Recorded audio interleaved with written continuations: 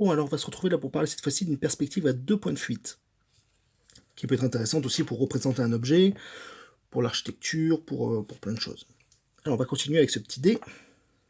Regardez la face 1. Voilà. Quand on regarde un objet vraiment de face, bon c'est sympa mais il ne se passe pas grand-chose. Par contre ce qui peut être intéressant c'est de le redessiner par exemple de 3 quarts, comme ça où on puisse voir au moins 2 faces, un petit peu du dessus ou du dessous. C'est ce qu'on va faire avec ce dé. On va essayer de le représenter un petit peu mieux, donc en 3 dimensions, simuler la 3D, mais sur un dessin en 2D.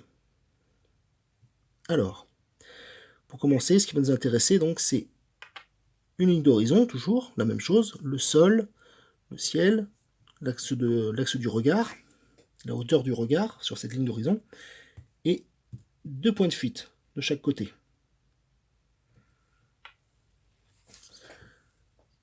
Pour représenter cet objet, ce qu'on va faire, c'est commencer par déterminer la hauteur de notre objet et s'intéresser à l'arête qui est le plus proche de nous. Alors moi, je vais le positionner en dessous de la ligne d'horizon, parce que j'ai plus de place, et puis ça va me permettre, après, de dessiner, d'avoir un petit peu de vue de dessus.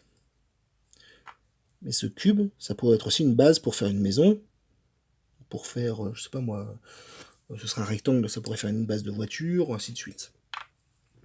Donc là, je vais positionner mon arête, je vais lui donner à peu près cette dimension-là.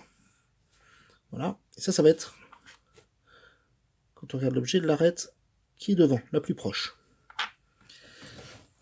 Et à partir de là, je vais essayer de faire un dessin propre quand même, au critérium. À partir de là, pour les côtés, toutes les lignes qui vont aller de ce côté-là vont partir par là-bas. Donc le haut, ça va partir par là-bas. Le bas, ça va partir par là-bas. Donc on est d'accord que c'est quelque chose qui est posé au sol. Le sol est ici.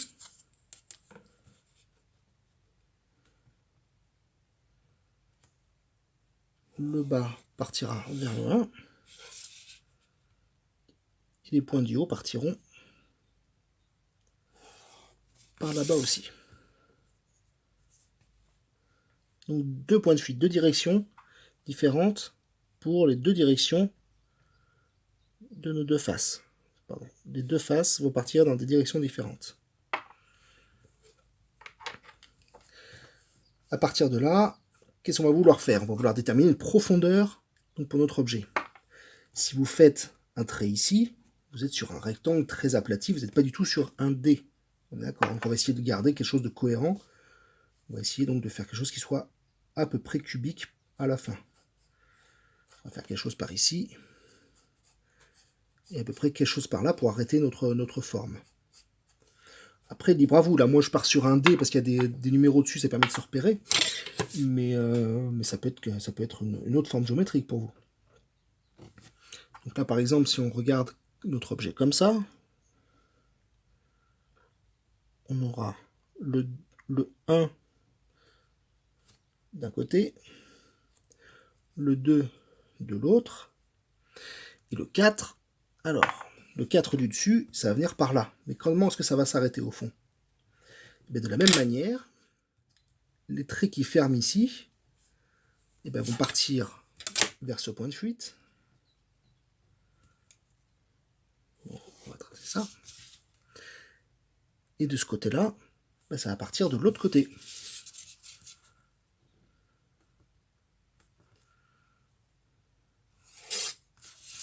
Voilà.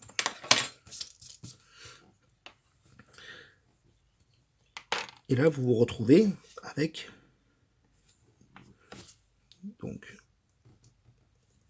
le 1, le 2 et un petit peu du dessus du 4. On voit pas bien les reflets, je suis désolé.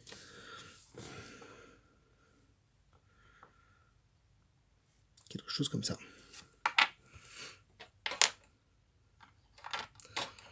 Je vais vous le passer en bleu pour bien le voir. Ici, une arête. Ici, 2 arêtes. Une troisième.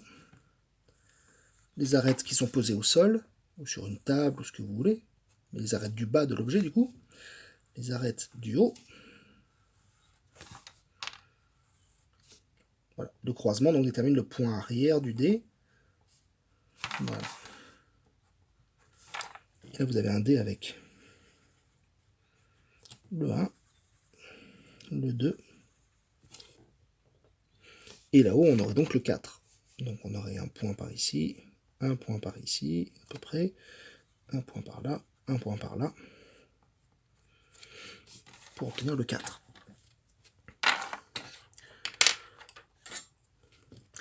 Après, pour obtenir les points aussi, du coup, sont alignés. En vrai, ils sont alignés, mais donc ils sont déformés également par la perspective. Donc si vous avez un point ici, l'autre point va être dans la continuité. Vous voyez, là, par exemple, je l'ai mal placé. C'est un bon exemple. Si vous avez un point là, l'autre, il va être dans la continuité, il va être plus peut-être par ici. Et de la même manière, si votre premier point est ici, celui-là est déjà un petit peu mieux, mais pas top non plus. Si vous avez un autre point par ici, l'autre, il va être à cheval sur la... Voilà, il va être plus par là. On pourrait s'amuser. Le 1, de la même manière, il est au milieu de la face, de cette face-là. Pour déterminer le milieu de cette face-là, on va prendre tout simplement les diagonales de la face géométrique. Et les diagonales d'un carré vont nous donner le centre d'un objet.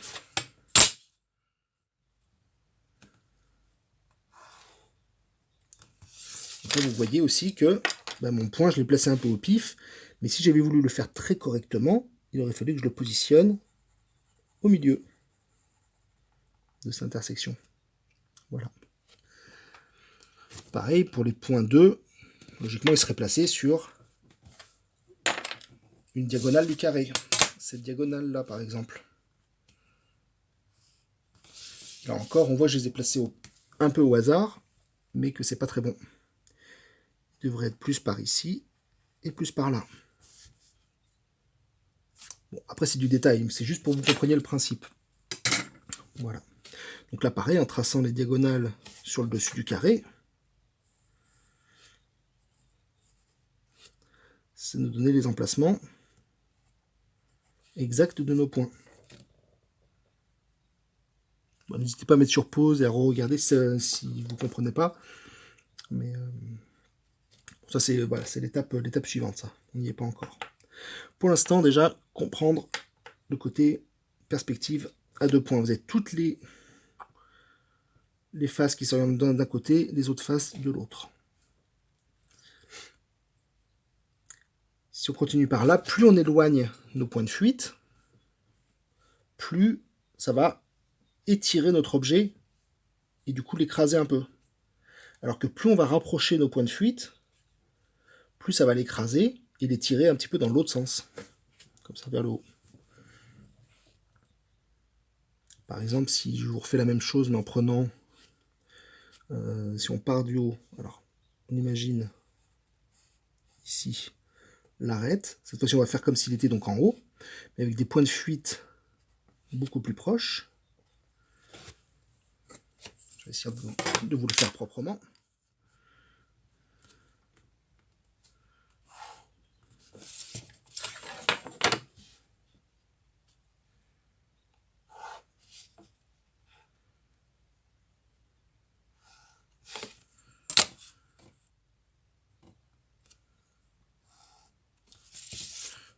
Voilà. On va placer un peu de profondeur, mais que ça reste quand même un carré. Et maintenant, on va tracer les faces d'en dessous, enfin la face du dessous, pardon.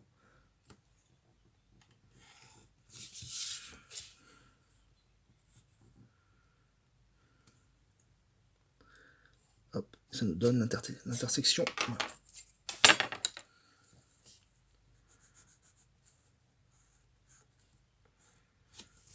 Et là, je vous redessine le contour.